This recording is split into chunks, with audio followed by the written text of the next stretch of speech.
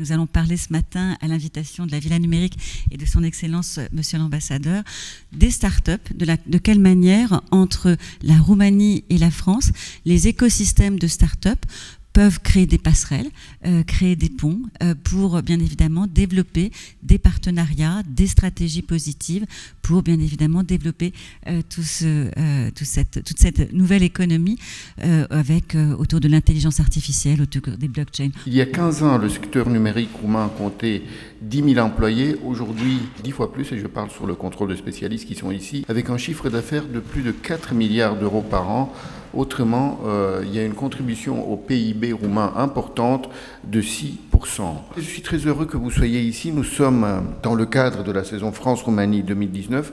C'est le plus important projet bilatéral jamais réalisé entre nos deux pays. Il est tout aussi naturel qu'une rencontre sur le numérique ait lieu pendant cette présidence roumaine du Conseil de l'Union européenne qui peut déjà s'engueillir de plusieurs avancées dans le domaine. Je me félicite beaucoup de votre présence aujourd'hui. Vous êtes des exemples de succès d'un secteur en plein essor, que ce soit en Roumanie et en France, et j'espère justement que vous allez pouvoir trouver plein de passerelles entre nos deux pays, entre des entreprises des deux pays pour ce secteur. La Villa Numérique, c'est un think tank qui promeut un modèle européen du numérique, affirmant la primauté de l'humain. Et nous sommes sur un continent qui a une sensibilité particulière aux droits de l'homme, et certainement sommes-nous le seul à l'avoir de manière aussi exacerbée à travers le monde, et c'est un avantage incommensurable à mettre en avant dans une bataille qui ne fait que commencer en matière digitale face à deux continents numériques particulièrement efficients, les États-Unis d'Amérique d'un côté, la Chine, Asie-Pacifique de l'autre côté. Et c'est bien dans ce match que l'Europe doit trouver sa place, et l'Europe avec tous ces pays, bien sûr. Et la Roumanie n'est pas qu'une frontière de l'Europe, c'est aussi une des vitrines, et vous le verrez, j'espère, ce matin, par les talents qu'elle recèle, par les qualités, par l'histoire et la culture aussi. Et vous le verrez, il y a des projets qui savent la porter, quand on parle de blockchain notamment, et qui vous montreront que l'Europe a non seulement du talent, mais de l'avenir dans ce monde qu'il nous reste à inventer. Donc l'ambition, c'est de se développer plutôt sur le volet européen, au-delà des frontières du pays lui-même. My name is Vlad Crăiovenu. I am one of the co-founders of Impact Hub in Bucharest, which is probably one of the first co-working spaces in Romania. AlphaBlock développe une solution d'anticipation. Tout au début, elle était ciblée pour les marchés financiers, c'est-à-dire bâtir des portefeuilles pour les investisseurs, ceux qui vont reprendre l'argent de la population, des fonds de pension ou ce genre de business. Et on crée pour eux des portefeuilles qui vont battre le marché. On est très heureux de pouvoir s'appuyer sur le marché français et européen, et ça fait partie de notre plan d'expansion globale et régionale. On a le label French Tech pour Bucarest.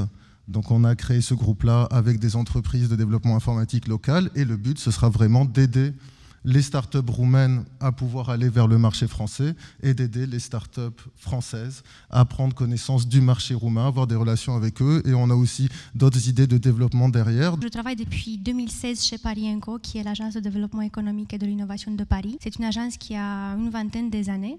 Avant ça, je me suis aussi associée à une start-up. Et avant ça, j'ai travaillé dans une direction innovation d'un grand groupe. Techsylvania is a project that we started back in 2014, and the idea with Techsylvania was to build, starting from an event, what is now a platform, to create a place where both international companies and investors can come into Romania and Cluj to check out what's happening in the region in terms of the tech ecosystem, but also to bring in a lot of knowledge on the market on how technologists and developers and tech folks in general can start looking into building their own products and to really learn how they can do that successfully. So I think overall it's quite a growing and how do you say effervescent market.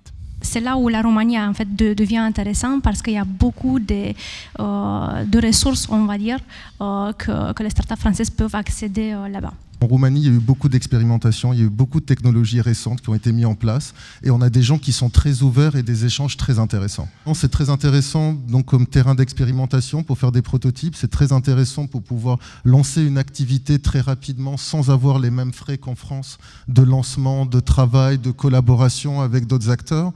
Donc c'est vraiment un moyen d'accélérer une idée. In Romania, we need a bit more education in the larger sense of education, and maybe one of the things that we could learn from French, which is a more developed ecosystem, is the way that investors are putting money, private investors are putting money into startups. L'idée est de permettre à l'écosystème roumain d'être connecté à ce qui se passe en France et pas uniquement à ce qui se passe plus largement en Europe. On ne s'est pas bloqué à trouver une solution qui fonctionne pour le marché local, mais à pointer et à vraiment développer de l'innovation au niveau global. La véritable question, c'est comment mettre en phase les technologies les plus matures avec des besoins immédiats. C'est ce qui va créer un véritable marché.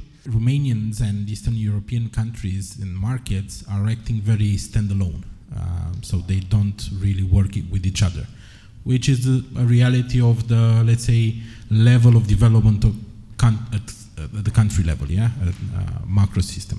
L'écosystème roumain, il n'est pas très visible aujourd'hui, au moins dans... Enfin, j'ai accompagné à peu près 70 startups dans 2 ans. Et à chaque fois, quand je les ai présentés, quand je les ai parlé du fait que vous pouvez aller un peu plus loin, vous pouvez trouver des différentes collaborations dans l'Europe de l'Est, ils ne tournent pas vraiment vers l'Europe de l'Est. Là-bas, par contre, quand on travaille avec des startups, on est vraiment dans une logique de Startup Nation. C'est-à-dire que les gens, ils sont vraiment là pour trouver une solution à un problème, on est vraiment là pour discuter, on est là pour être créatif, venir avec des idées, ramener des talents qui sont dans d'autres secteurs, de pouvoir travailler ensemble, et cela très rapidement et sans la même rigidité qu'ici il y a, même avec des startups. Comme le marché intérieur n'est pas très développé, elles pensent tout de suite au marché européen ou au marché mondial, donc le produit est pensé dans 90% des cas pour être vendu ailleurs, pour aller vers d'autres marchés. Donc il y a déjà cette ouverture dès le départ dans la réflexion sur le produit et dans la pensée. La France fait des démarches, mais effectivement à très petits pas. Et c'est pour ça que c'est très important d'avoir autour de la table un Impact Hub qui frappe en fait plutôt à la porte et qui cherche en fait des interlocuteurs et qui facilite en fait l'arrivée des différents acteurs français qui peuvent développer des partenariats plus tard.